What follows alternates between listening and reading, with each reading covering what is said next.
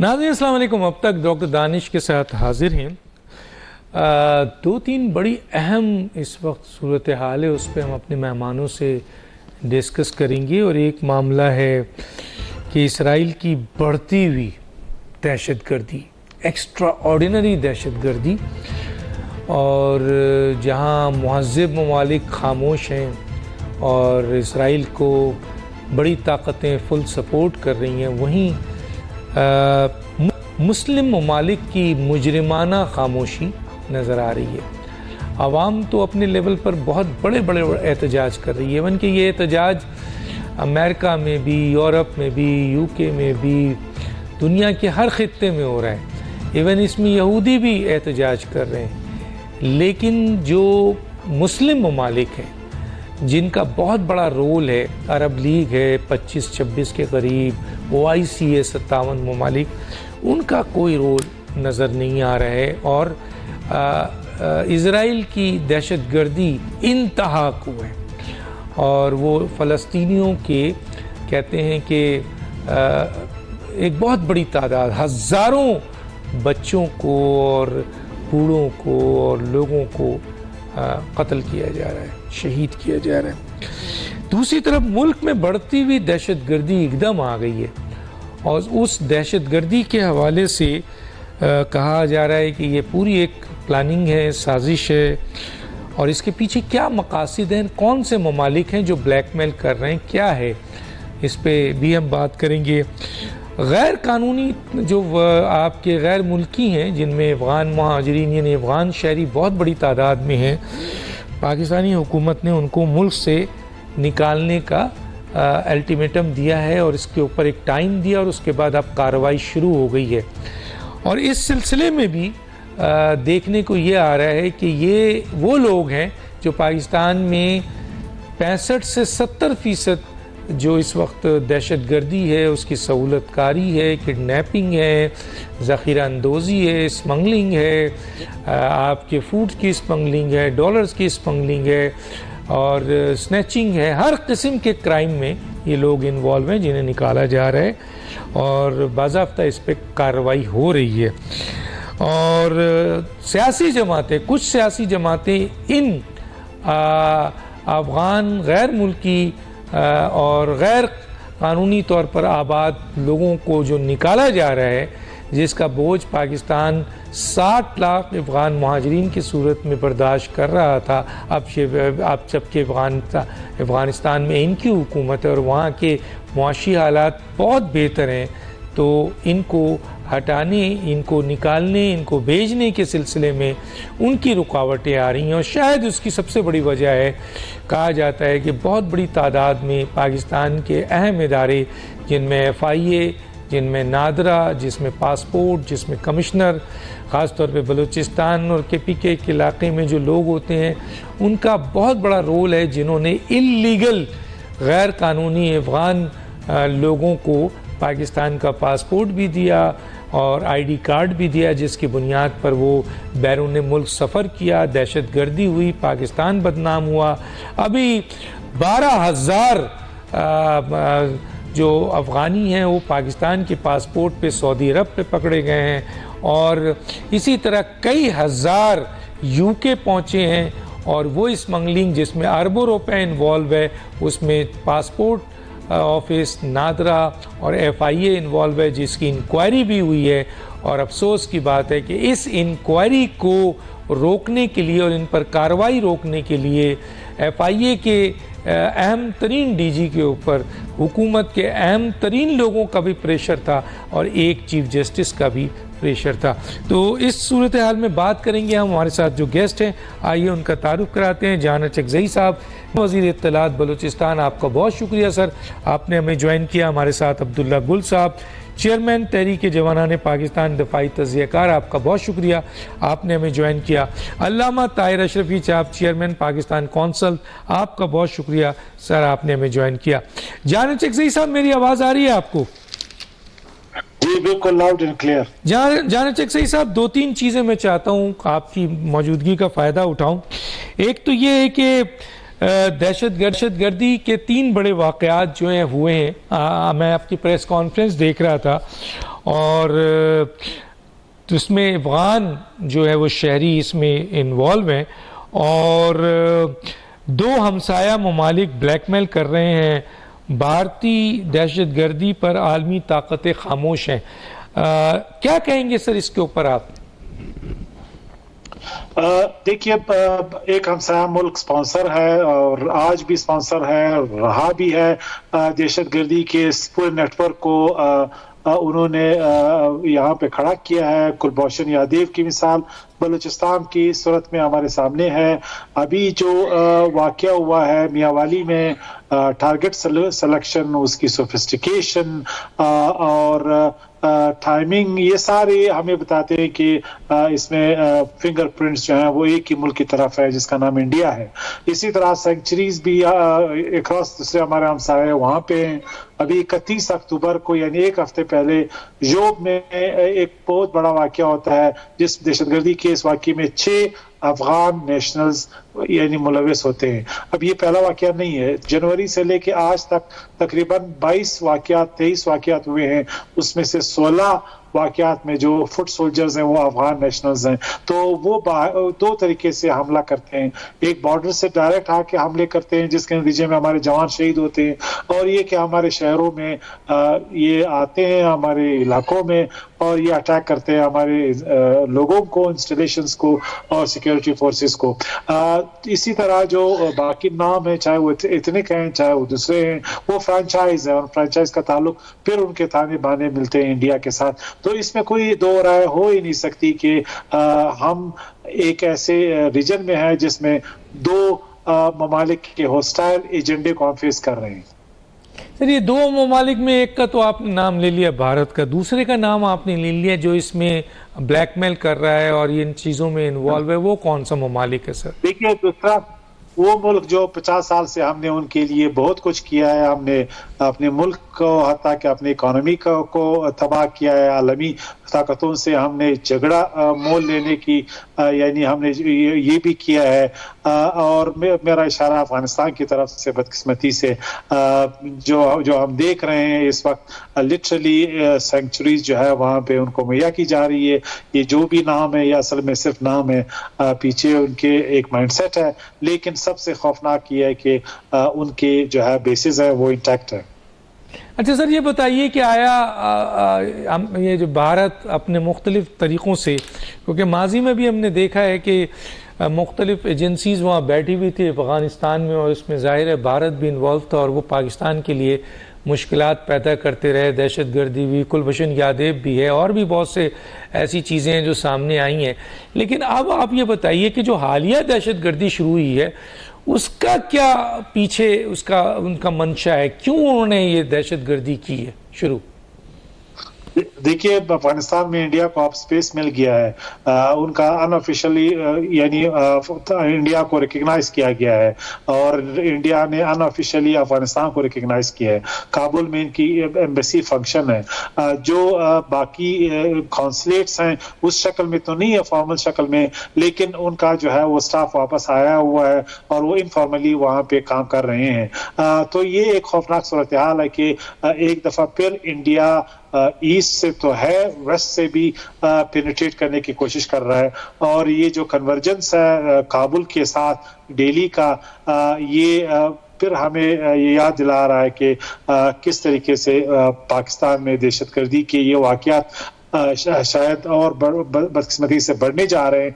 लिहाजा अभी हमें यकीनन अपनी स्ट्रेटजी को भी रिव्यू करना है कि हमने अपने शहरों में इनका मुकाबला करना है या हमने इस जंग को उन तक पहुंचाना है।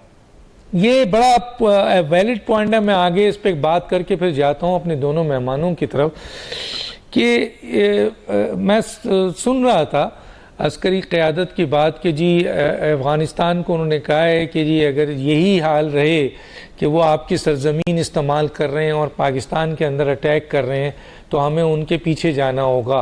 तो आप ज़ाहिर है बलूचिस्तान हुकूमत के तर्जुमान हैं और तर्जुमान होने के नाते ज़ाहिर है प्रिकॉशनरी मेजर आप क्या ले रहे हैं, मसलन क्या एक्शन करेंगे जिसकी बुनियाद पर अगर आप इसी तरह लाशें उठाते रहेंगे तो फिर तो ये इनका काम तो आपके इलाके में घुस घुस के डिस्टर्बेंस पैदा करना है।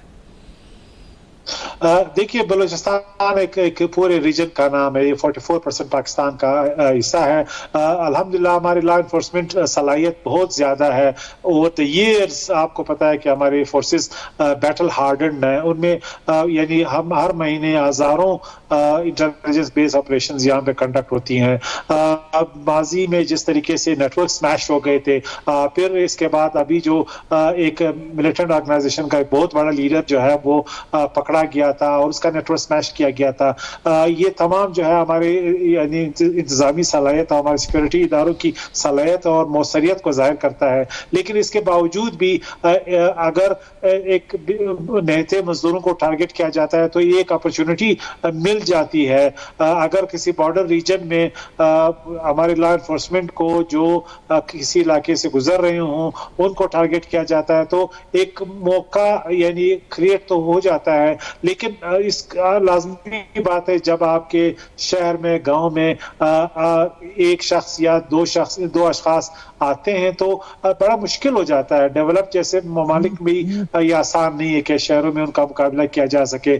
अगर एक खुदकश है उसने आना है, लेकिन कहने का मकसद ये है कि मजमूई तौर पे बलूचिस्तान जो है वो ओवर द ईयर्स बड़ा पुरअमन हो गया है। क्वेटा की सिक्योरिटी जो है वो हम रिव्यू कर रहे हैं, हम एफसी को बैक फुट पे यानी उसके फुटप्रिंट को हम कम कर रहे हैं, वहां पे पुलिस और लेवीज के रोल को हम बाकी इलाकों में इन्हांस कर रहे हैं। तो ये साइन है कि हमें जो है वो हमारी जो गवर्नमेंट के अपने लॉ इन्फोर्समेंट इदारे उनकी सलाहियत बन गई है।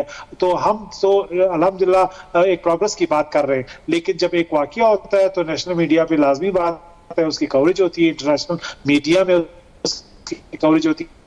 जो अच्छे काम होते हैं, जो लॉ इन्फोर्समेंट फोरस्टाल करती है बहुत से वाकयात को, उसका जिक्र नहीं आता। अभी जो जोब संबाजा में हुआ है, 6 दहशतगर्द आए और 6 दहशतगर्द एम्बुश हुए और हमारे सिक्योरिटी इदारों ने उनको यानी एलिमिनेट किया। तो इस तरह के वाकयात जो है वो कम रिपोर्ट होते हैं क्योंकि वो मस्बत होते हैं। लेकिन मजमूई तौर पे मैं ये कह रहा हूँ कि हमारी जो लॉ इन्फोर्समेंट है उनकी सलाहियत जो है वो बहुत ज्यादा है। कोई भी दहशतगर्द यानी स्टेट के सलाहियत से ऊपर। ठीक है, मैं आता हूँ जनाब चेयरमैन उलमा काउंसिल मौलाना ताहिर अशरफी साहब की तरफ आ जाता हूँ। अब्दुल्ला गुल साहब को आखिरी में सारा कंक्लूजन पे देता हूँ मैं इस मसले पे।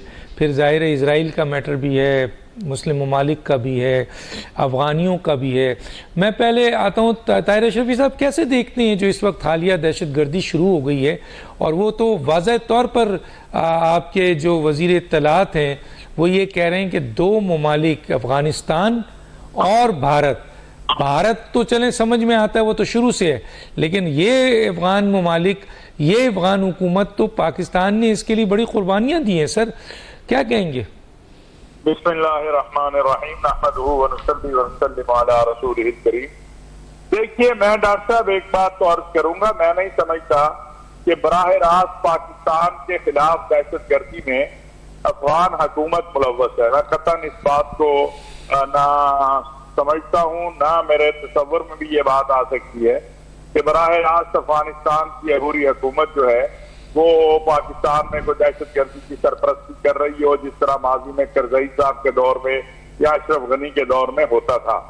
हाँ, ये बात जरूर है कि पाकिस्तान में जो लोग दहशतगर्दी कर रहे हैं वो अफगानिस्तान के अंदर मुख्तलिफ जगहों पर मौजूद हैं और अफगान अबूरी हुकूमत वक्तन फवक्तन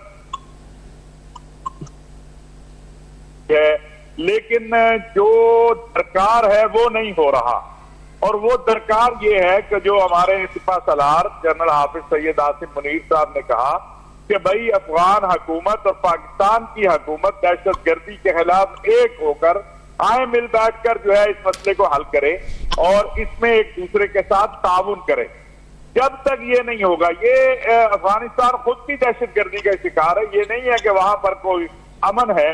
हम जिस अपना दावे के साथ, जिस दौर के साथ, जिस ताकत के साथ ये कहते हैं कि हम अफगानिस्तान के अमन को पाकिस्तान का अमन समझते हैं, हम उनसे ये उम्मीद करते हैं और ये उनसे तवक्को रखते हैं कि वो भी पाकिस्तान के अमन को अफगानिस्तान का अमन समझे।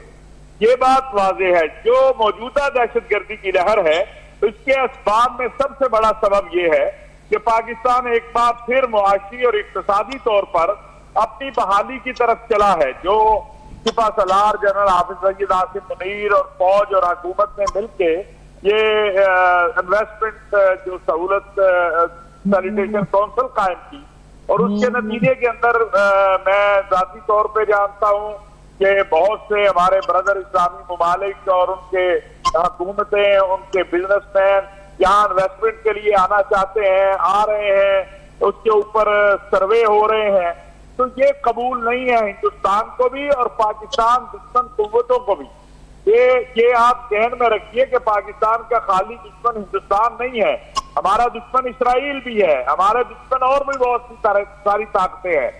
अब अफगानिस्तान की मौजूदा अबूरी हुकूमत के ऊपर ये जिम्मेदारी आयद होती है कि वो इस बात को यकीनी बनाए, बिलाशुबा वहां से मुल्ला हैबतुल्लाह साहब ने कहा है कि जो मर जाए पाकिस्तान अगर जाके अफगानी लड़ता है और वो मर जाए उसका जनाजा भी ना पड़े, सारा कुछ ठीक है, लेकिन अगर वहां पर जिसके शवाहिद मौजूद हैं वो लोग मौजूद हैं जो वहां से बैठ के पाकिस्तान में दहशतगर्दी कर रहे हैं, तो अफगान अबूरी हुकूमत को इसके ऊपर, अभी गुज़श्ता दिनों उनके वजीर दाखिला ने कहा था, मेरे लिए तो वो छोटे भाइयों जैसे हैं, उनके वालिद से हमारा बहुत ताल्लुक था मौलाना जलालुद्दीन हक्कानी से, तो उन्होंने कहा कि हम मानते हैं आपने हमारी 40 साल मेजबानी की है।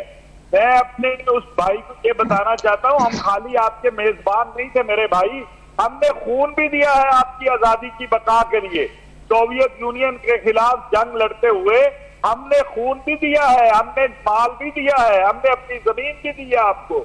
आप हमारे भाई हैं, लेकिन अगर भाई मेरा दर्द ना समझे और भाई को ये एहसास ना हो कि मेरे गर्दन पे जो छुरी फेरना चाहता है, मेरे गर्दन से जो खून लेना चाहता है, वो भाई की मौजूद है।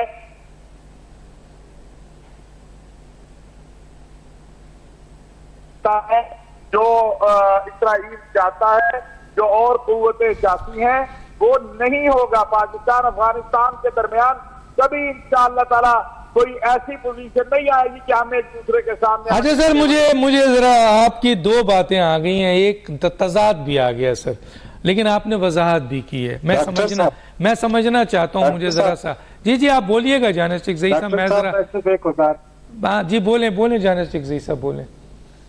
जी देखिए, मैं तो समझ रहा हूँ कि ये अभी ये कुल क्या हमें कहना चाहिए कि अफगान जो अबूरी हुकूमत है वो, मुझे तो यूं लग रहा है जैसे हमारे साथ कोई डबल गेम खेला जा रहा है। ये जो मिलिटेंट्स वहाँ आ रहे हैं, जिस शक्ल में भी इसको आप जो भी नाम दे रहे हैं, ये अफगानिस्तान से आते हैं, हम पे हमला करते हैं, हमारे जवानों को शहीद करते हैं, वहाँ पे उनकी पनाहगाहें हैं, उनकी फैमिलीज है, उनकी सेटलमेंट है। ये कई दफा कहा गया था कि हम उनको शुमाल में रीसेटल करेंगे, लेकिन ये हो नहीं सकता कि ये राइट अंडर देयर नोज ये ऑपरेट कर रहे हैं, ये काइनेटिक ऑपरेशंस पाकिस्तान के खिलाफ कर रहे हैं। तो ये हो ही नहीं सकता कि ये इनको पता ना हो और ये कोई इनको कंट्रोल भी ना कर रहा हो। और ये जो इनका नैरेटिव है, बयानिया है, वो झूठ पे मबनी है कि हम अपनी सरजमीन को पाकिस्तान के खिलाफ इस्तेमाल नहीं होने देंगे। अब इसी तरह के मिलिटेंट्स चाइना के भी अफगानिस्तान में बैठे हैं, इसी तरह सेंट्रल एशिया के भी अफगानिस्तान में बैठे हैं, वहां पे तो कोई धमाका नहीं होता, वहां पे तो कोई जो है यानी इंस्टॉलेशंस पे हमला नहीं होता, सिर्फ हमारे इलाकों में होता है, वो भी ड्यूरेंट लाइन के साथ। तो ये हो ही नहीं सकता कि नहीं, बहुत बड़ा पॉइंट है, यही पॉइंट मैं उठाना चाह रहा था कि कतर मुआहदा भी है और इसमें ये तय था कि हमारी ज़मीन इस्तेमाल नहीं होगी, और ये उनकी भारी जिम्मेदारी है कि उनकी ज़मीन इस्तेमाल हो रही है और हमारे फ़ौजी, हमारे लोगों को मारा जा रहा है वहाँ से आके, फिर वो जाते हैं पनागाह में छुप जाते हैं। तो ये कहा जाए कि वो इन्वॉल्व नहीं है, ये कैसे मुमकिन है? ताहिर अशरफी साहब 2 मिनट है, इसके ऊपर आप अपना पॉइंट। मुझे डॉक्टर साहब, मैं ये बात अर्ज कर रहा हूँ, एक है कि बराह रास्त आप सरपरस्ती करें, आप पैसा दें, आप पाकिस्तान में तकरीब करें। एक है कि उन लोगों को आप सरफे नजर करें, जो कि इस वक्त मेरा ख्याल हो रहा है कि वहां एक तबके का ख्याल है अफगानिस्तान में कि ये हमारे अंसार थे, इन्होंने हमारे साथ अमेरिका के खिलाफ जंग की, ये हमारे साथ खड़े रहे, लिहाजा इनको कुछ ना कहा जाए। यही बात हम उनसे कह रहे हैं कि हमारे भाई, हम ये आपसे गुजारिश कर रहे हैं कि ये हमारे अगर लोग हैं, तो आपके पास क्यों बैठे हैं? आप इनको वहां से निकाल दीजिए। और अगर आप नहीं निकाल सकते तो फिर हमें इजाजत दें, आप और हम मिलके जो पाकिस्तान के अंदर इतने इस्तेहकाम पैदा कर रहे हैं उनका कला कमा करें, जिसकी बात army chief general Asim Munir साहब ने की थी।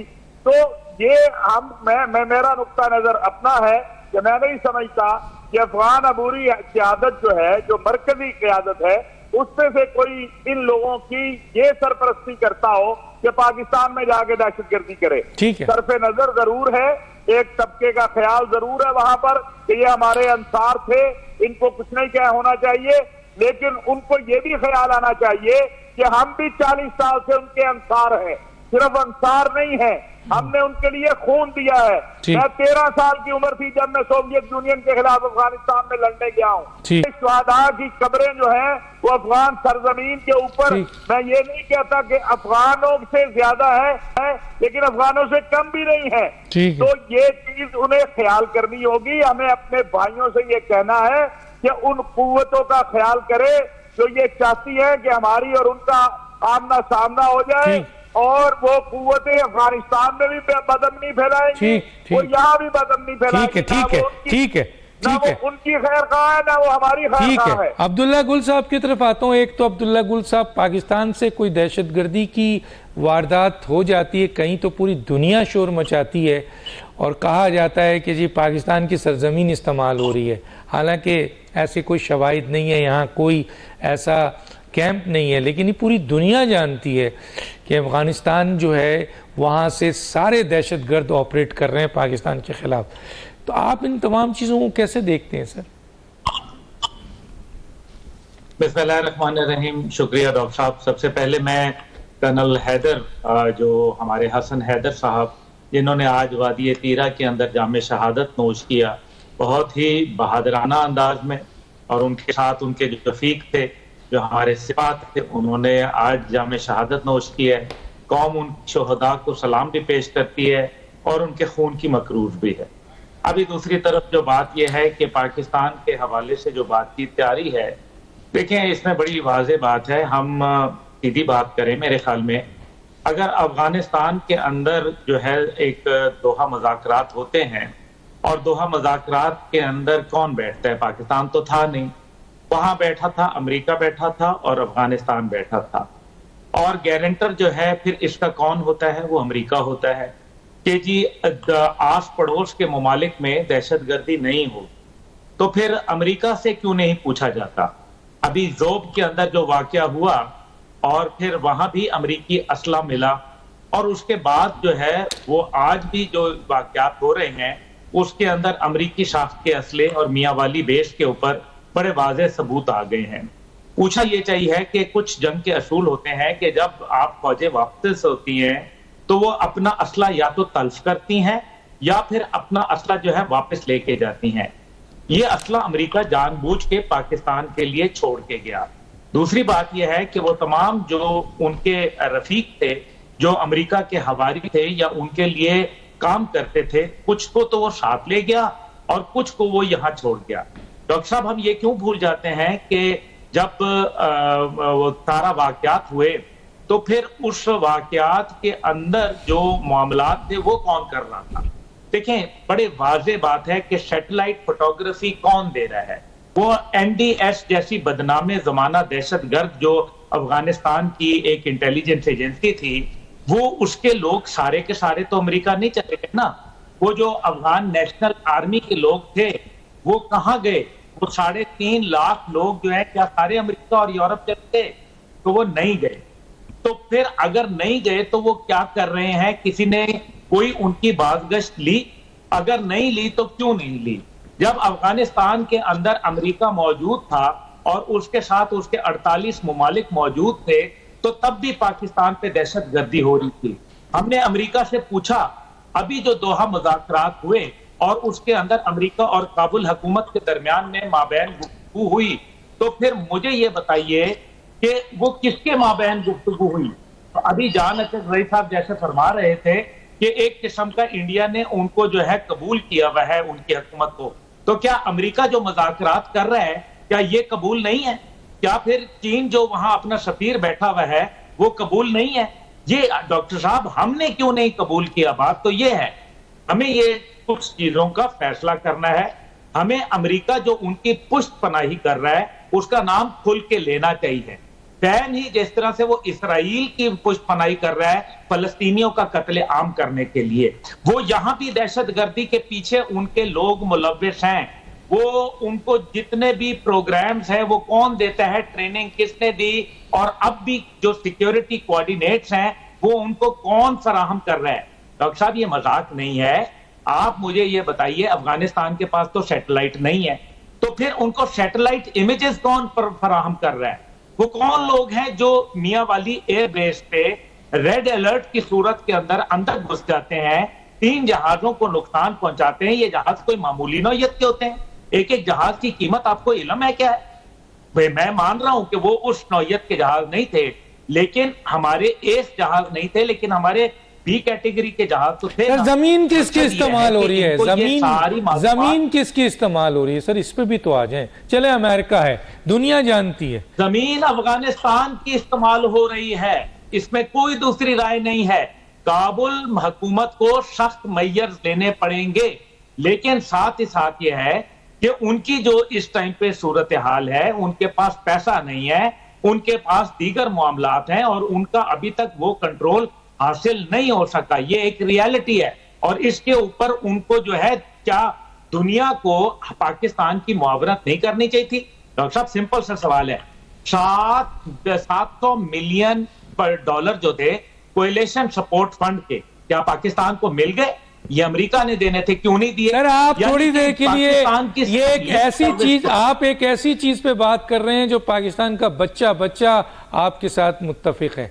हम तो इस पे आ रहे हैं सर, ये जो वजीर इत्तलात बलूचिस्तान अचकज़ई हैं, जाहिर है ये एक हुकूमत के इस वक्त नुमाइंदे हैं, ना तो मैं हूँ ना आप हैं, न आपके इस वक्त चेयरमैन उलमा कौंसिल मौलाना ताहिर अशरफी हैं।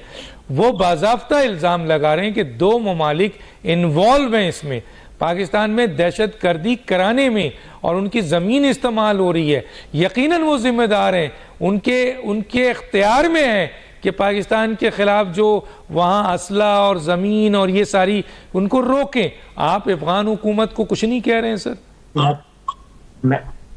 डॉक्टर साहब मैं कब ये कह रहा हूं? मैं कब कह रहा हूं कि ये 2 ममालिक नहीं इन्वॉल्व?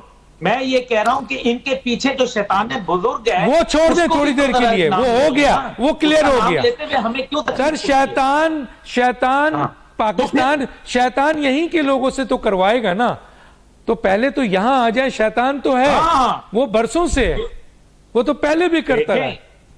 यही तो बात है। देखें भारत जो है, भारत अपनी भारत को भी छोड़े सर, हम भारत से भी, भारत भी पाकिस्तान का असली दुश्मन है। जिनकी आपने मेजबानी की, जिनको आपने वहां तक पहुंचाया, माली जानी पता नहीं क्या क्या कुर्बानी दी, आपने हॉस्पिटलिटी दी, 60 लाख महाजरीन का बोझ बर्दाश्त कर दिया, इनके इलाज के लिए इनके क्या किच नहीं कुर्बानी दिए इनकी हुकूमत बनाने में सर, और ये आपको मार रहे हैं, आपकी जमीन इस्तेमाल कर रहे हैं। उस पे आए ना सर आप। 2 मिनट है आपके पास। टोटल गलत है। मैं दिल से इसकी मुजम्मत करता हूं, शिद्दत के साथ, सिर्फ थोड़ी नहीं। लेकिन मसला यहाँ ये है, घुस के नहीं मारा जाए सर, घुस के मारा नहीं जाए, जो घुस के उनको नहीं मारा जाए। जब घुसने की बात की जाती है तो वो कहते हैं हमारे इलाके में नहीं आए। आपने नहीं जमातुल अहरार के साथ क्या आपने घुस के मारा था? कुलभूषण जब यहां आया था तो क्या कुलभूषण के लिए भी हमने यही स्ट्रेटेजी अपनाई थी? क्यों नहीं अपनाई? कश्मीर के ऊपर जो है हमने ये स्ट्रेटेजी क्यों नहीं अपनाई? आप घुस के दिखा दें। मैं आज आपको बता रहा हूं, आप घुस के दिखाएं। यही वो दुनिया चाहती है कि आपका वॉर थिएटर जो है वो इंक्रीज हो जाए, बढ़ जाए। अच्छा। ये अभी पैगाम है पाकिस्तान के, हमारे लोग मरते रहे, शहीद होते रहे, 14 लाशें हम अपनी बेहतरीन उठाते रहे। अफवाज पाकिस्तान की लाशें उठा के हम सिर्फ इस चमचागिरी में लगे रहे कि नहीं सर आप बहुत शरीफ आदमी हैं, आप तो हमारा बुरा ही नहीं चाहते हैं। नहीं डॉक्टर साहब, मुझे बात तो करने दें। मैं ये कह रहा हूं कि आप बैरूनी ताकतों को मजबूर करें, इन्फ्लुएंस करें कि आप दोहा मुज़ाकरात के गारंटर से आप उस गारंटी सर नहीं होगा, नहीं चले, नहीं हो रहा है सर। आप इस पोजीशन पे नहीं है कि आप डिक्टेट कर सके। अभी मैं आऊंगा ना इजराइल पे, इजराइल बताए ना इजराइल पे क्या हो रहा है, क्या दुनिया नहीं देख रही? सर मैं इजराइल पे आता हूं, पहले इस पे बात कर लूं। इजराइल का हाल देखकर आप यार बताएं यार, आप अपना फिलहाल ये बताएं कि एक जमीन इस्तेमाल हो रही है, घुस के आपको मार रहे हैं और आप जो है मुंह पे बैठे हुए हैं कि नहीं जनाब हम अमेरिका को गाली देंगे, हम वो दोहा उसको करेंगे। अरे भाई वो घुसते हैं, मारते हैं, फिर चले जाते हैं, उनको मुकम्मल अबूरी हुकूमत का सपोर्ट हासिल है, तभी वो आ रहे हैं, तभी वो वहां रह रहे हैं। हम कब तक खामोश रहे, लाशें उठाते रहे? मैं आगे आपसे बात करूंगा, एक छोटा सा ब्रेक लेते हैं, फिर एक छोटा सा ब्रेक, फिर मैं आपके पास।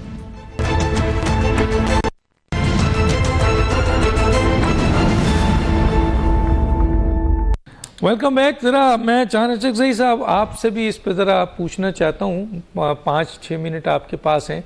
ये जो अफगानिस्तान से आए हुए लोग हैं बहुत बड़ी तादाद में, अब उनको भेजा जा रहा है और उसमें बहुत बड़ी तादाद गैर कानूनी अफगानियों की है और वो बहुत सारे क्राइम में इन्वॉल्व हैं, बहुत सारे क्राइम में।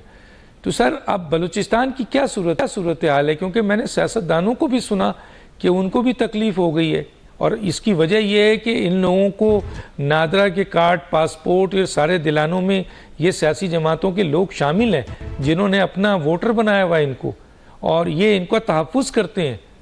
जी देखिए, इसमें तो कोई दो राय नहीं है कि पाकिस्तान को ये कदम यानी 40 साल पहले उठाना चाहिए, 30 साल पहले उठाना चाहिए।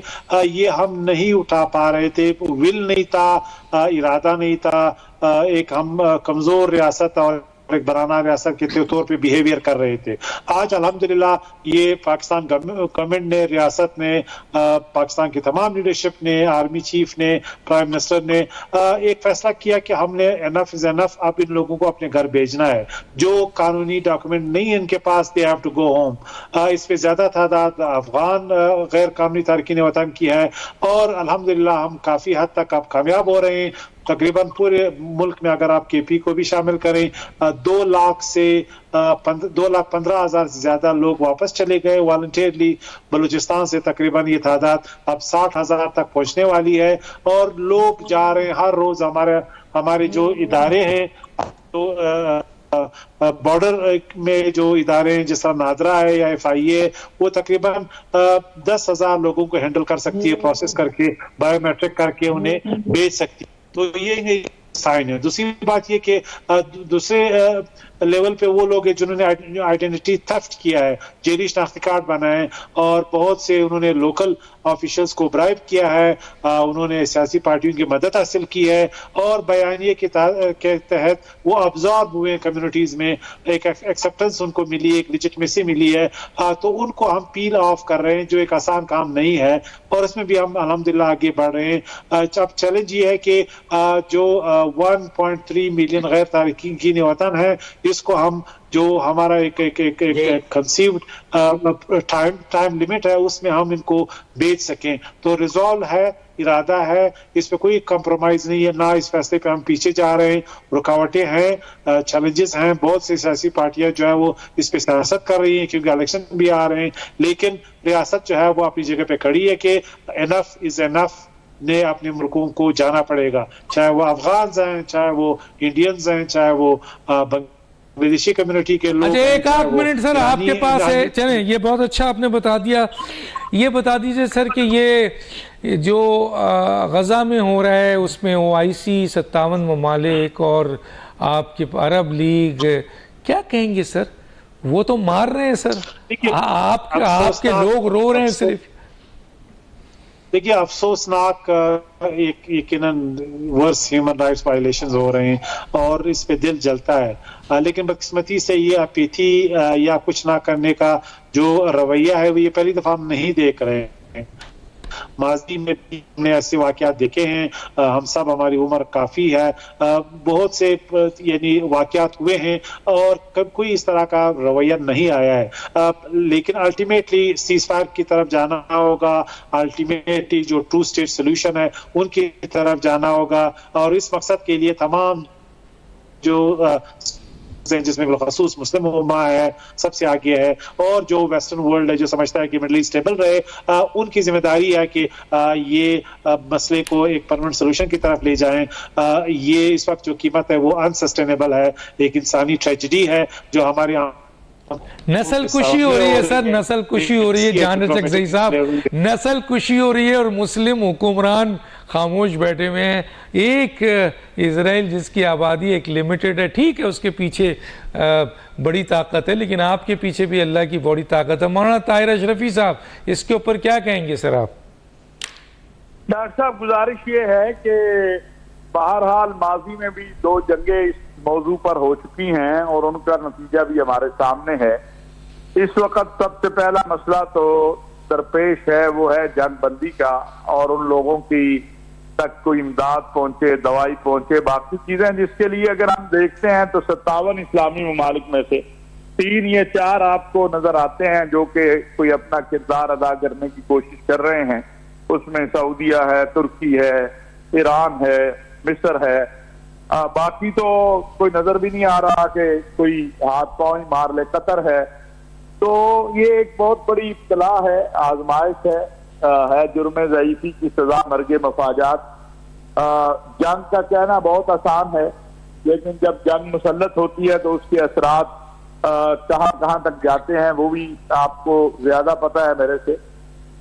उम्मीद की जा रही है कि इंशाअल्लाह ताला जो 11 नवंबर को अरब सरबराहों का इजलास हो रहा है, फिर 12 को इस्लामी ताउन तंजीम का, उस वक्त तक इस मामले का कोई ऐसा हाल की तरफ जाएगा कि जो इसका बहरहाल है जिसकी तरफ अब सारी दुनिया तवज्जो किए हुए है और दुनिया कह रही है, वो एक आजाद खुद मुख्तार फलस्तीनी रियासत का क़याम है और जिसका दारुल खलाफा अल कुद्स शरीफ हो।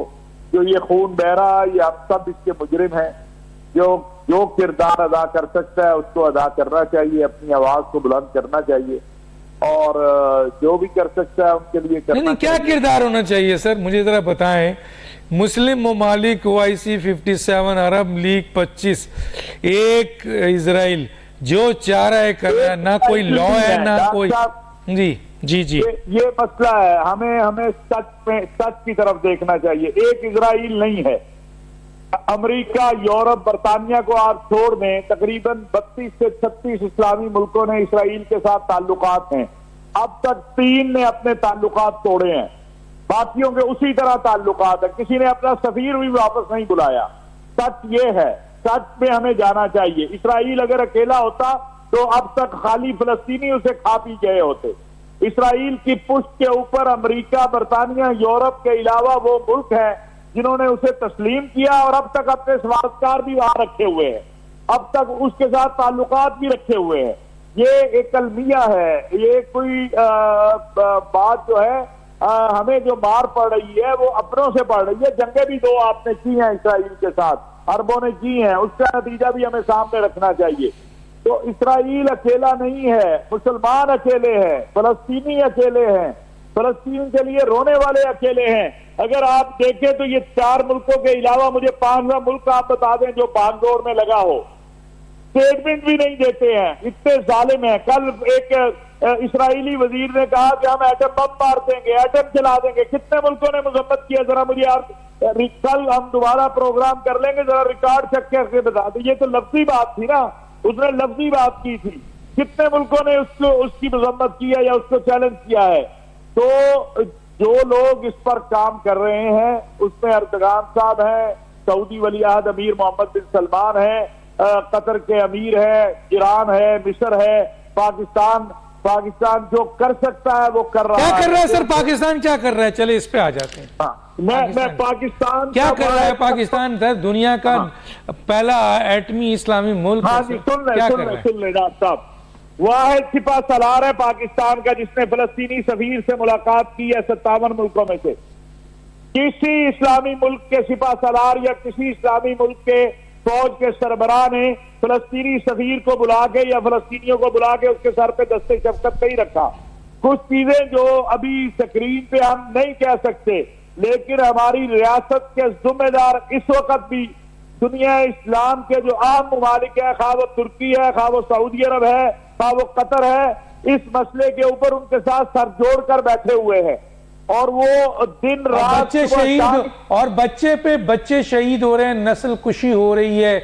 आप एक इजराइल को पैगाम नहीं दे सकते सर, एक ऐसा पैगाम कि जिसकी बुनियाद पर वो तो दुनिया के फास्फोरस और पता नहीं क्या कुछ डाल रहा है और एटम बम फेंकने की बात कर रहा है। तो क्या मुस्लिम ममालिक में से इंक्लूडिंग पाकिस्तान, ईरान, कोई एक धमकी नहीं दे सकता सर कि आपको हम भी उठाकर मिटा सकते हैं? सर इंडिया को तो आप दे देते हैं। डॉक्टर साहब, मैं हमेशा ये बात कहता आया हूं और आज वक्त और हालात ने इस बात को साबित किया है कि हर मुस्लिम मुल्क को उसके दाखिली इंतशार में इतना वो फंस चुका है कि वो सोचता है कि मैं कुछ करूंगा तो मेरे मुल्क के अंदर क्या हो जाएगा, हाँ वो अरब है या अजम है।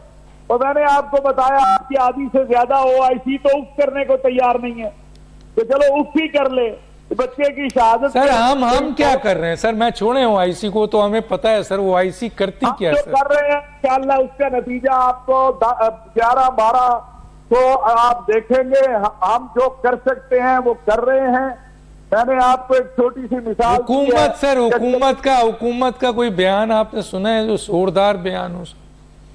हजरत सियासी जमातों का कोई बयान सुना है सर जो हुकूमत इख्तिदार में आने के लिए जद्दोजहद कर रही है, लेकिन कोई एक मुझे सियासी जमातों से बात नहीं है। मौलाना फजल रहमान के अलावा कोई नजर आ रहा है सर? या तो वो मौलाना फजल रहमान या वो जो है क्या नाम है सिराजुल हक, या वो तहरीक लब्बैक वाले? डॉक्टर साहब गुजारिश ये है, मैं ये बात जानता हूं कि मौजूदा जिस तरह के भी हालात हैं उसमें मैंने आपको एक मिसाल अपने सिवा सलार की दे दी, और महमूद अब्बास साहब से 2 लोगों ने वो सर हमें नहीं मिलना, हमें धमकी का जवाब जो है ना, पत्थर का जवाब, ईंट का जवाब पत्थर से देना है। उसको भी बताना है कि तुमने अगर ये किया तो तुम्हारे साथ भी ये हो सकता है। किसी ने कहा दुआ करें कि पाकिस्तान की सरहद फलस्तीन के साथ जाके लग जाए। अब्दुल्ला गुल साहब टाइम कम रह गया। अब्दुल्ला गुल साहब सुनना, फिर आप आखिरी बात, हाँ बताएं सर। यस सुन लें। यस, पत्थर का जवाब ईंट से दिया ना अफगानिस्तान में, आज खुद रो रहे हैं। ईंट का जवाब पत्थर से अफगानिस्तान में दिया ना, 78 से दे रहे थे, आज खुद रो रहे हैं। क्यों रो रहे हैं सर? देखा जो तीर था के कमीगाह की तरफ अपने ही दोस्तों से मुलाकात। अच्छा, इसका मतलब है कि आपने अगर वहां के मासूम बच्चों को बचाने के लिए एक्शन लिया तो वो बच्चे बेचारे क्या करेंगे? मसलन फलस्तीन क्या करेंगे? इंशाअल्लाह ले भी रहे हैं, होगा भी। डॉक्टर साहब मेरा आपसे वादा है, मैं अल्लाह ने मुझे जिंदगी सेहत दी, मैं आपके साथ प्रोग्राम करूंगा और अल-अक्सा से बैठ के करूंगा, और ये ज्यादा नहीं 1 साल के अंदर अंदर इंशाअल्लाह होगा। ठीक है अब्दुल्ला गुल साहब क्या कहते हैं सर? आपके पास 6 मिनट है सर। देखिए डॉक्टर साहब, मैंने दोनों हजरात की गुफ्तगू बड़े गौर से सुनी है, और उसके अंदर तो पहली बात यह है कि बड़ा वाज़े रूस का प्लान था कि हम ये मदाखलत या कोई वो काम नहीं कर रहे थे, हम अपनी बका और सलामती की भी जंग लड़ रहे थे। क्योंकि जो पेरेस्ट्रोइका किताब है गोर्बाचोव की, जो लास्ट सोवियत प्रेसिडेंट था, वो कह रहा था कि हम जो है वो बलूचिस्तान को पाकिस्तान के नक्शे से काटना चाहते हैं और उसको जो है हम अपने में शामिल करना चाहते हैं ताकि गर्म पानी तक जो है वो एक्सेस हो सके। ये बात तो बड़ी वाज़े हो गई। तो चले, एक बात तो तय हो गई कि हम जमींदार की तरफ देखें या ना देखें, ये बात तो तय है। ये तो रूसी सदर जो है वो खुद कह रहे हैं ना, मैं तो नहीं कह रहा। दूसरी बात जो है वो अभी यहाँ कही गई रही साहब की जानिब से कि 2 रियासती हल के हवाले से, तो मुझे ये जानना चाहता हूँ, अपने मासूमाना सवाल है कि पाकिस्तान ने इसराइल को रियासत कब तस्लीम किया जिसकी बुनियाद पे 2 रियासती हल जो है वो तलाश किया जाए?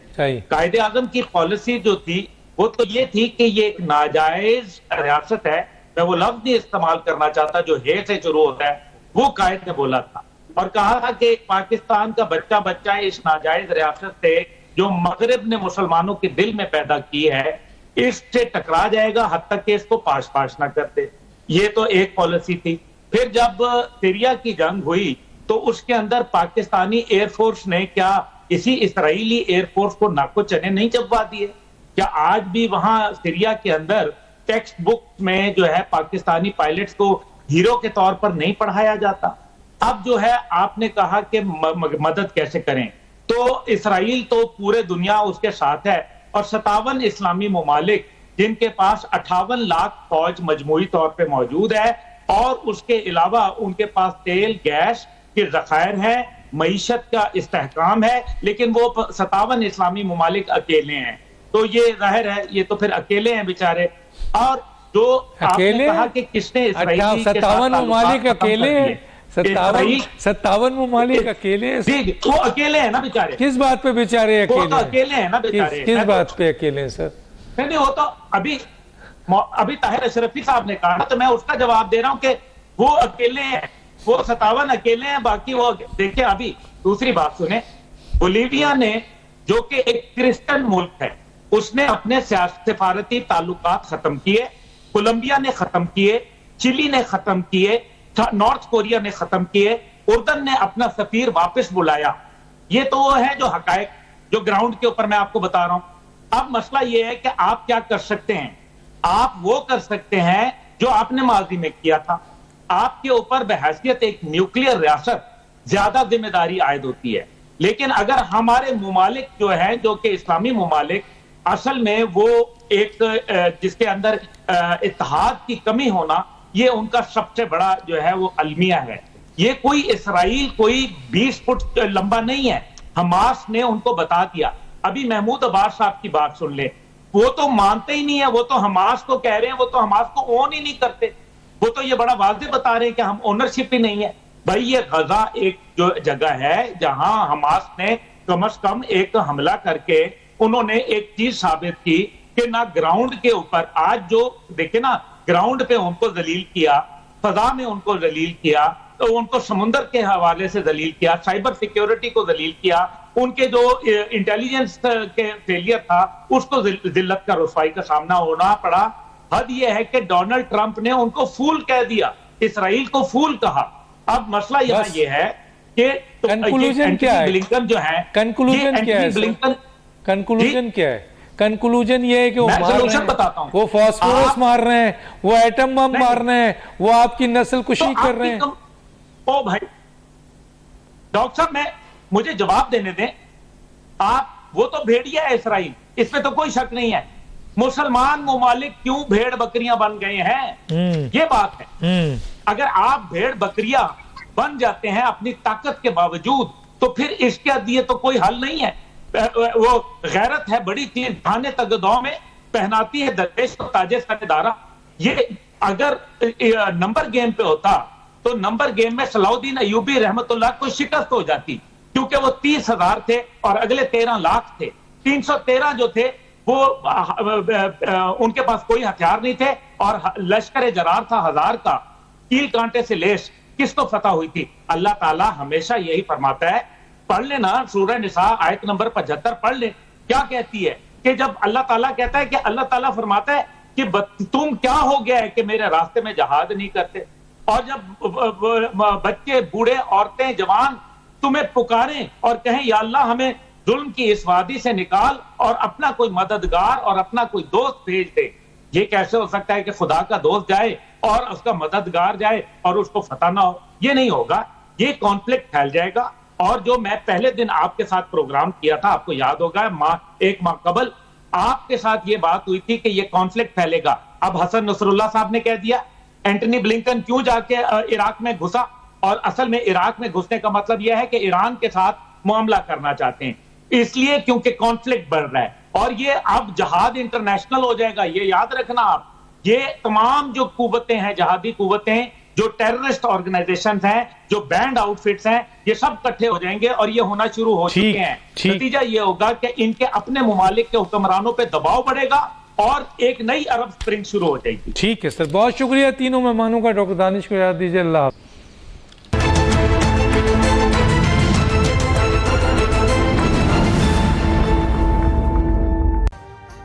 अभी सब्सक्राइब करें ताकि कोई खबर रह न जाए।